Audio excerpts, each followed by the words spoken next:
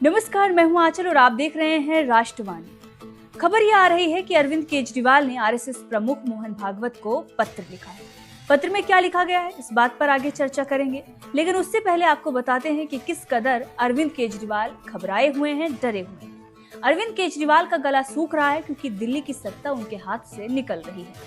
अरविंद केजरीवाल ने तमाम वादे किए, तमाम लुभावने सपने जनता को दिखाए, लेकिन वो वादे पूरे नहीं हुए और अब एक बार फिर से अरविंद केजरीवाल जनता को कई बड़े सपने दिखा रहे हैं, कई बड़े वादे जनता से किए जा रहे हैं। लेकिन कहते हैं ना कि काठ की हांडी बार बार नहीं चढ़ती, उसी तरह से झूठ और फरेब भी बार बार नहीं बेचा जा सकता।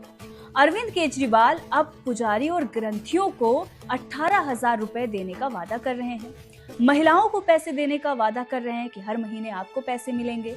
लेकिन यही अरविंद केजरीवाल थे जब दिल्ली हिंसा हुई तो जितने भी दंगाई थे, इनकी पार्टी उनके साथ खड़ी हो गई। इनके ही विधायक उन दंगाइयों को बचाने के लिए चले गए। ताहिर हुसैन जैसे लोगों के समर्थन में आम आदमी पार्टी खड़ी रही, इन्हीं की पार्टी के वो नेता थे। और किस तरह से अंकित शर्मा जैसे ऑफिसर को मार डाला जाता है। तब अरविंद केजरीवाल को न हिंदुओं की फिक्र थी, न पुजारियों की और न ही ग्रंथियों की। पिछले 10 सालों में अरविंद केजरीवाल ने कई बड़ी योजनाएं लॉन्च की। मौलाना और मौलवियों को पैसे भी दिए गए। जी हाँ, सैलरी मौलानाओं को दी जा रही थी।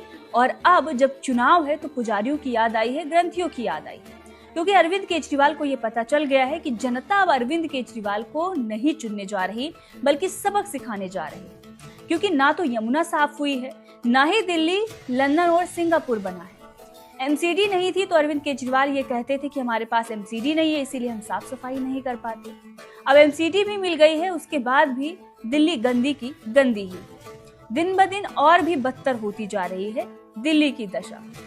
अरविंद केजरीवाल ये कहते थे कि नल से पीने का पानी मिलेगा। पानी तो नहीं मिला, लेकिन हाँ, एक पर एक दारू फ्री जरूर बटी थी। जिसके बाद एक बड़ा भ्रष्टाचार सामने आया, जांच चल रही है और उसी मामले में इनके तमाम बड़े नेता और खुद अरविंद केजरीवाल जेल भी जा चुके हैं। जनता की सुख सुविधाओं के बारे में इन्होंने नहीं सोचा, लेकिन अपनी सुविधाएं ये बढ़ाते रहे। शीश महल बनवा लिया, मार्बल विदेशी आया, महंगे पर्दे लगे और अब बताया जा रहा है अरविंद केजरीवाल ने अपने शीश महल में मिनी बार भी बनवा रखा है।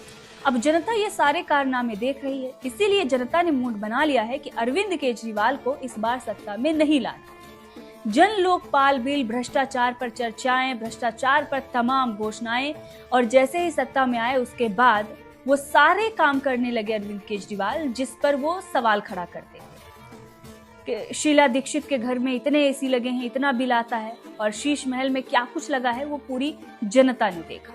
भ्रष्टाचारियों के नाम गिनवाते थे और उसके बाद उन्हीं भ्रष्टाचारियों के साथ मिलकर सरकार बनाने लगे। अब अरविंद केजरीवाल ने जिस तरह से पलटी मारी थी, उसे देखते हुए तो गिरगिट भी शर्मा जाए।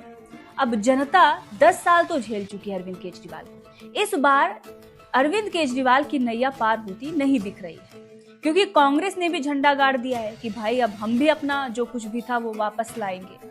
और बीजेपी भी मैदान में उतर गई है, आरएसएस भी मैदान में उतर गया है। और आरएसएस के मैदान में उतरते ही अरविंद केजरीवाल को एक बड़ा सदमा लगा है, क्योंकि उन्हें पता चल गया है कि अब वो वापसी नहीं कर सकते, क्योंकि मैदान में आ गया है संघ। इसीलिए अरविंद केजरीवाल ने पत्र लिखा है मोहन भागवत को और ये पूछा है कि क्या आप बीजेपी का समर्थन करेंगे चुनाव में? क्या आप बीजेपी के लिए वोट मांगेंगे? आप बीजेपी का समर्थन कर रहे हैं। अरविंद केजरीवाल इस तरह से घबरा रहे हैं, डर रहे हैं कि अब मोहन भागवत, जो समय समय पर मोहन भागवत और आरएसएस को लेकर इंडिया गठबंधन तंज कसता आ रहा है, उन पर तमाम सवाल दागे जाते थे, अब उन्हें ही पत्र लिखने की नौबत अरविंद केजरीवाल की आ गई। अरविंद केजरीवाल ने ये कहा है कि मीडिया में जो खबरें चल रही हैं कि आरएसएस दिल्ली चुनाव में भाजपा के लिए वोट मांगेगा, क्या ये सच है?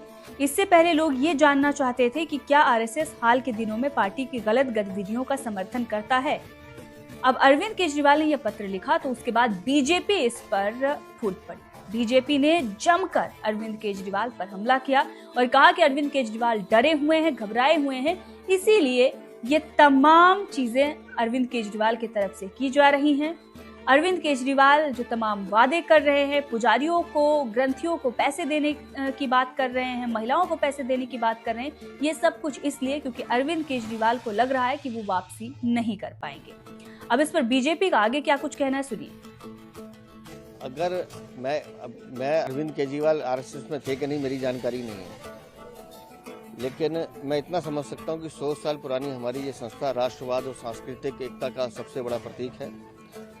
और अरविंद केजरीवाल, मैंने कल भी कहा, विषय से भागते हैं। वो भ्रष्टाचार पे बात नहीं करेंगे, वो गंदे पानी पे बात नहीं करेंगे, वो बिजली पे बात नहीं करेंगे, वो टूटी सड़कों पे बात नहीं करेंगे, अपनी चोरी और शराब के घोटाले पे बात नहीं करेंगे, वो इधर उधर की बातें करेंगे।